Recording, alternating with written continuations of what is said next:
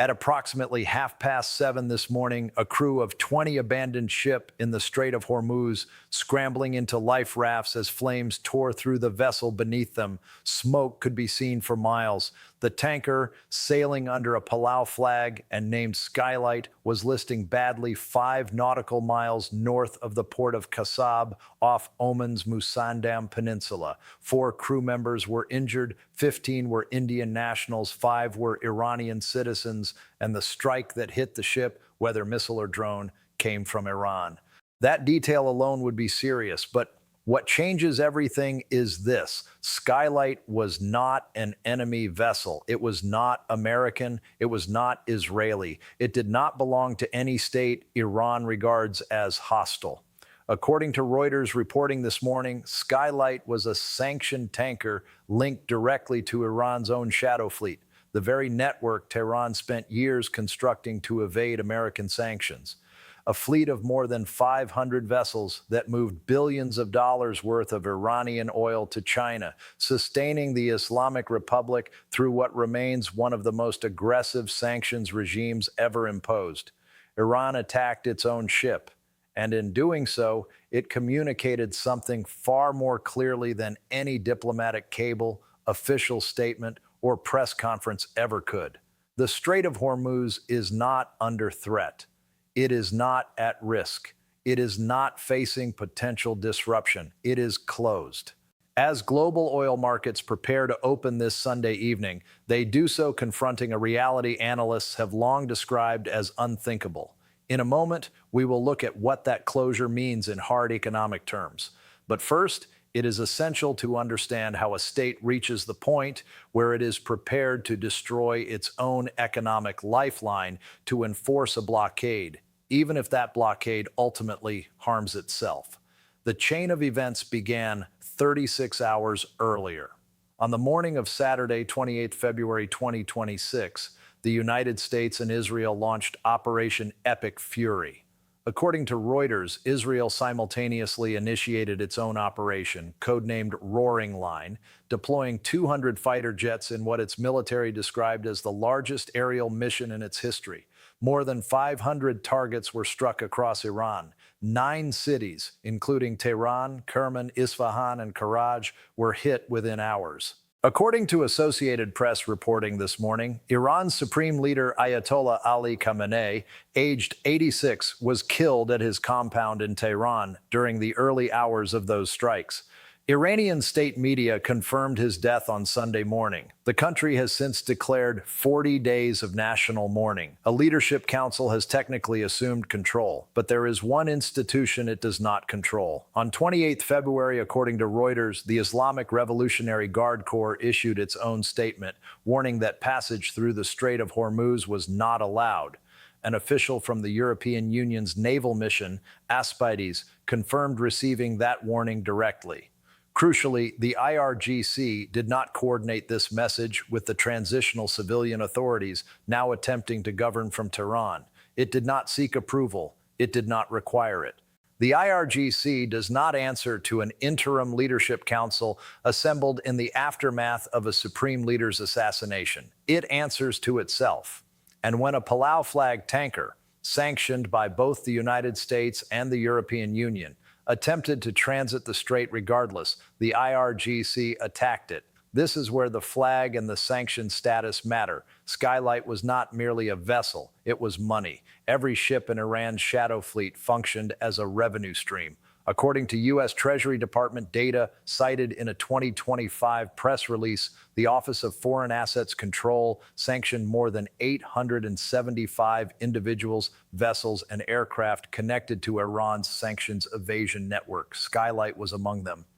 It sailed under a flag of convenience because Iran routinely registers vessels through small island nations, paying modest registry fees to avoid scrutiny. The ship was transporting Iranian oil through Hormuz to buyers paying in hard currency, money routed back to Tehran to finance the IRGC, Hezbollah, and the broader machinery of Iranian foreign policy. The IRGC did not destroy this asset by mistake. It did not do so through miscommunication.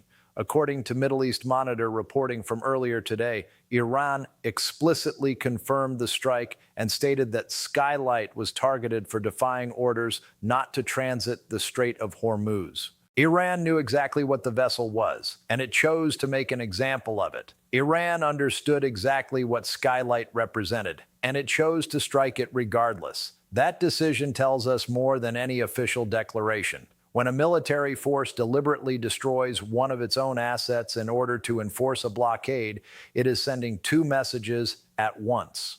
First, that the blockade is real, not rhetorical, not symbolic, not a negotiating posture. It is being enforced, and it is enforced with lethal force. Second, that no vessel is exempt, not friendly ships, not neutral carriers, not even Iranian-sanctioned tankers carrying Iranian oil for Iran's own benefit.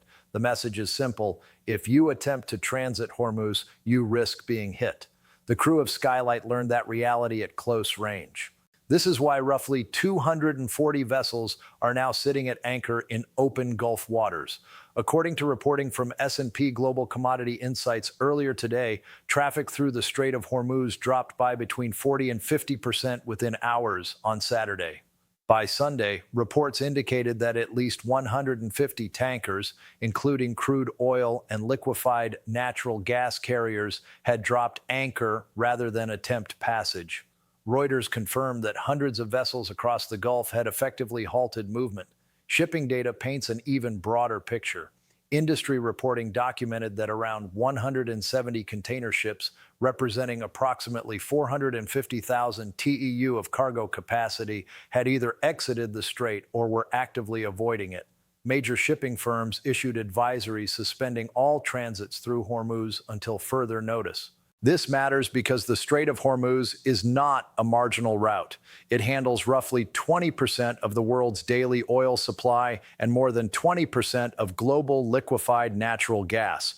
In practical terms, that equates to around 17 million barrels of crude oil per day moving through a channel barely 33 kilometers wide. That flow has now, for all practical purposes, stopped. The markets reacted immediately. Oil prices jumped sharply following the tanker strike and the widespread suspension of shipping. Analysts quoted in early trading commentary warned that prices could approach and potentially exceed $100 per barrel once formal trading resumed. Brent crude closed the previous session in the low 70s. A 10% surge alone pushes prices close to $80. Longer-term projections from major financial institutions point decisively higher. But those headline figures obscure the deeper problem. The ships now anchored offshore are not speculative cargo. They are carrying fuel already sold, contracts already signed, buyers already waiting. Every stationary vessel represents refineries, utilities, manufacturers, and governments expecting deliveries that will not arrive on schedule. Oil does not behave like financial instruments. It cannot be rerouted instantly. It sits in a ship's hold, immobile, and the longer it sits, the more pressure builds downstream. Refining schedules slip, power generation plans are rewritten, industrial supply chains begin to strain. This is why governments across Asia are now watching those anchored vessels with growing concern. According to reporting this morning, major Asian importers, including India, Japan, and South Korea, are assessing stockpiles and scrambling for alternative supply options. In recent years, more than 14 million barrels per day have transited Hormuz, with nearly three-quarters destined for these Asian economies. Japan maintains a strategic oil reserve equivalent to roughly 90 days of consumption. South Korea holds closer to 100 days. On paper, those buffers appear reassuring. In practice, they are built on an assumption that at least some imports continue while reserves are drawn down. A complete closure of Hormuz turns those reserves from insurance policies into countdown clocks. Japan consumes close to 3 million barrels per day. Without reliable inflows, 90 days disappears quickly. South Korea has already convened emergency consultations and signaled that it may release oil from strategic reserves if disruptions persist. That conditional language matters. It reflects planning not for a brief interruption, but for a prolonged closure. India faces an even tighter calculation. It imports roughly 40% of its oil through Hormuz and operates with thinner reserve margins. Refiners run on narrow tolerances. There is far less slack in the system. The 15 Indian nationals aboard Skylight are a stark reminder that this crisis is no longer abstract. It has already reached Indian workers operating in these waters. To understand how rapidly this escalated, the timeline is critical. On the morning of 28 of February, Operation Epic Fury began. Within hours, the IRGC issued its warning that transit through Hormuz was prohibited. Before any ship was struck, tanker owners, oil majors, and trading houses voluntarily suspended shipments. The market reacted to the warning alone. When Skylight was hit the following day, voluntary caution became enforced reality. The anchorings multiplied. The closure moved from declaration to demonstration. And that sequence tells us something vital. This was not an emotional reaction to the death of Iran's supreme leader. The IRGC had a closure protocol ready. It activated it immediately. They activated it within hours of the opening strikes of Operation Epic Fury. The warning issued to the European Union's naval mission on 28 February was not improvised. It was the first move in a contingency that had clearly been prepared in advance. The Islamic Revolutionary Guard Corps had already mapped out its response to a major U.S.-Israeli strike on Iranian territory. Closing the Strait of Hormuz was not a last resort. It was an immediate option. And enforcing that closure meant something very specific. No exemptions. Not even for vessels that formed part of Iran's own sanctions evasion infrastructure. This is the strategic logic that much of the initial reporting has missed. Iran's shadow fleet existed to fund Iran's military and its regional proxy network. The IRGC is the institution that runs those military and proxy operations. When the IRGC destroys a shadow fleet vessel to enforce a blockade, it is not acting irrationally or self-destructively. It is clarifying priorities. Oil revenue mattered when Iran was managing sanctions. It matters far less when Iran is at war. In wartime, closing Hormuz inflicts far greater damage on Iran's adversaries than the continued operation of a handful of covert tankers ever could. That calculation changed almost overnight. The value of shadow fleet revenue collapsed relative to the strategic leverage created by shutting down the world's most important energy choke point. The military context reinforces this logic. According to early assessments, the opening phase of Operation Epic Fury targeted Iran's nuclear infrastructure, missile production facilities, and naval assets. An Iranian surface combatant has been disabled in port. Missile production capacity is being degraded. Iranian naval command structures are under sustained pressure. U.S. officials have indicated that operations are proceeding faster than anticipated, albeit with American casualties already reported. Against that backdrop, the question for Tehran is not how to maximize export revenue, but how to impose costs. And Hormuz is the most efficient mechanism available. 17 million barrels of oil normally pass through the strait each day. The production increases announced by OPEC and its partners amount to a fraction of that volume. Strategic petroleum reserve releases, even at maximum capacity, cannot come close to filling the gap. There is no credible substitute for Hormuz. The only solution to a closure is reopening the waterway, and that requires an order from someone with unquestioned authority over the IRGC. That is where the death of the supreme leader becomes directly relevant to the global price of energy. He was the one figure in Iran's political system with both formal authority and practical influence over the Guard. His death removes that stabilizing command structure. A leadership council may exist on paper, but the IRGC has no tradition of deferring to collective, interim civilian authority. In the absence of a supreme leader, the Guard defaults to its own institutional logic. Iran has declared 40 days of mourning. That period is not simply ceremonial. It formalizes a political vacuum. For 40 days, no new supreme leader will be selected. No binding strategic redirection is likely to occur, and no credible order to lift the Hormuz closure is expected to emerge from Tehran's civilian apparatus, even if civilian leaders wish to issue one. 40 days matters. At current volumes, it equates to hundreds of millions of barrels of oil that will not reach market. At prevailing prices, that represents tens of billions of dollars in disrupted trade. This is not market volatility. It is a structural shock. The consequences extend well beyond oil. The Strait of Hormuz also handles more than a fifth of global liquefied natural gas. LNG cannot be rerouted easily. It requires specialized vessels, terminals, and infrastructure. Europe rebuilt much of its LNG import capacity after the loss of Russian pipeline gas. A significant portion of that gas now comes from Qatar, and Qatari exports transit Hormuz. There is no alternative route at scale. The Red Sea remains unstable. Detours around the Cape of Good Hope add weeks to transit times and strain tanker availability.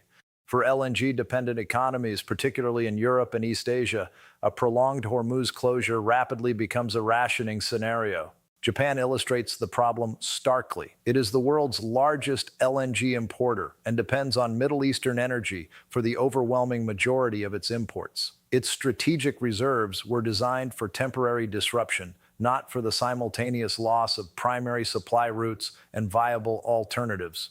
A 90-day reserve under these conditions is not a buffer. It is a deadline. All of this brings us back to the apparent paradox at the center of the Skylight attack. Iran built that vessel to move Iranian oil in defiance of sanctions. International regulators identified it. Western governments sanctioned it. Yet it continued operating, exploiting gaps in global maritime enforcement and the weakness of flag of convenience registries. And then Iran destroyed it. That act was not accidental nor contradictory. It was deliberate. By destroying one of its own sanctions evasion assets, Iran demonstrated that enforcing the Hormuz closure mattered more than preserving revenue. No state bluffs by burning its own infrastructure. That image, a sanctioned Iranian tanker on fire in Hormuz, is being absorbed not just by governments, but by insurers, ship owners, and traders worldwide. War risk premiums are rising. Insurance costs make transit uneconomic. Ships stay anchored, less oil moves, prices rise further. The cycle reinforces itself without further military action. Iran does not need to attack every ship. It only needs to maintain a credible threat. One vessel was enough. And at this moment, no actor clearly possesses the authority to end that threat. At present, no single actor holds the levers required to resolve this standoff. The Islamic Revolutionary Guard Corps controls the closure of the Strait of Hormuz. The Succession Council in Tehran controls the political process that may eventually produce a new supreme leader. The United States and Israel control the operational tempo of military strikes that are continuing, by their own accounts, ahead of schedule. None of these actors answers to the others. None can end the blockade unilaterally. And with every hour that passes, the ships remain anchored. There is a further dimension to this crisis that energy price charts alone fail to capture: liquefied natural gas. Hormuz accounts for more than 20% of global LNG trade. LNG is not oil. It cannot be redirected casually. It requires specialized tankers, specialized terminals, and receiving infrastructure that cannot be conjured on demand. Europe's vulnerability here is acute. After Russia's invasion of Ukraine cut pipeline gas flows, European governments rushed to rebuild LNG import capacity. That infrastructure now relies heavily on Qatari supply. Qatar exports tens of millions of tons of LNG each year, the majority of it through Hormuz. If the strait remains closed, those exports stop. There is no viable bypass. Routing LNG through the Red Sea is not currently feasible given ongoing security threats. Sailing around the Cape of Good Hope adds weeks to transit times and requires tanker capacity that is already stretched. This is not a logistical inconvenience. It is a supply cliff. Japan's exposure is even starker. It is the world's largest LNG importer and depends on the Middle East for the vast majority of its energy imports. Its strategic reserves were designed on the assumption that alternative routes would remain open during regional crises. A complete Hormuz closure eliminates both the primary route and the most realistic alternatives simultaneously. Under those conditions, reserves begin to drain rapidly. Rationing follows. This is why the Skylight attack matters far beyond the immediate incident. The vessel was under both US and EU sanctions. It existed because Iran exploited weaknesses in the global regulatory system: flag registries with limited enforcement capacity, fragmented oversight, and slow-moving international coordination. Iran used those weaknesses to survive sanctions. Now it is exploiting a different weakness: the absence of any international authority capable of forcing open a maritime choke point against the will of a coastal power prepared to enforce its closure militarily. Iran cannot be sanctioned into reopening Hormuz. Sanctions close markets. They do not open sea lanes. Iran cannot be negotiated into reopening it quickly because the authority required to give that order does not clearly exist during a 40-day leadership transition. And Iran cannot be bombed into reopening it because the threat to shipping does not come from a single target that can be destroyed. Hormuz enforcement is a doctrine, not an installation. It is distributed across fast attack craft, shore-based missile batteries, drones, naval units, and a geography that overwhelmingly favors the defender. The coastline is long, the weapons are mobile, the personnel are numerous. Destroying command centers does not neutralize the capability. This is the core strategic reality of the moment. Iran does not need to win the broader conflict to prevail in Hormuz. It only needs to convince ship captains, insurers, and operators that transit carries a meaningful risk of catastrophe. A single burning tanker deliberately chosen achieves that, and that message is spreading fast. It is being read in shipping offices from Singapore to Rotterdam, in insurance markets where war risk premiums are recalculated by the hour, and in energy ministries where contingency plans are being rewritten in real time. Higher premiums make transit uneconomic. Higher costs justify delay. Delay reduces supply. Reduced supply pushes prices higher. The logic feeds itself. Iran spent years building vessels like Skylight. It destroyed one to send a message more valuable than years of covert revenue. That message has landed. 3 American service members are dead. An Iranian warship is sinking at port. Hundreds of commercial vessels sit idle. Oil prices are climbing towards triple digits, and the body that controls the most critical maritime choke point on the planet is operating without a supreme leader to restrain it. There is no neat historical parallel for this combination of decapitated political authority, autonomous military power, and global energy dependence. When institutional control weakens under pressure, armed organizations rarely become more cautious. They become more independent. We saw that dynamic after the killing of Qasem Soleimani. This time, the stakes are far higher. The supreme leader was not merely a commander, he was the theological and political anchor of the entire system. His absence does not produce moderation, it produces autonomy.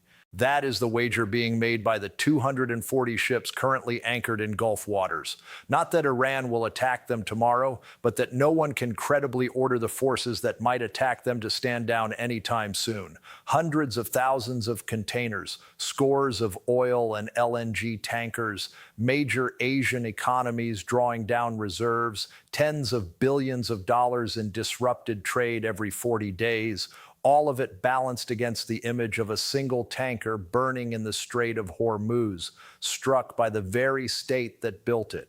The crew of Skylight survived, the ship did not. And the message written in smoke above the Musandam Peninsula is being read everywhere that energy is bought, sold, insured, or consumed. The closure is real, the enforcement is real, and the authority required to lift it does not, for now, exist. When markets open, that reality will be priced into every barrel of oil, every cargo of LNG, and every futures contract traded. What analysts once described as a possibility is no longer speculative. It is arithmetic. Hormuz is closed. The ships are anchored. And the global energy system is adjusting in real time to a strategic shock for which no pre-written contingency plan truly prepared it.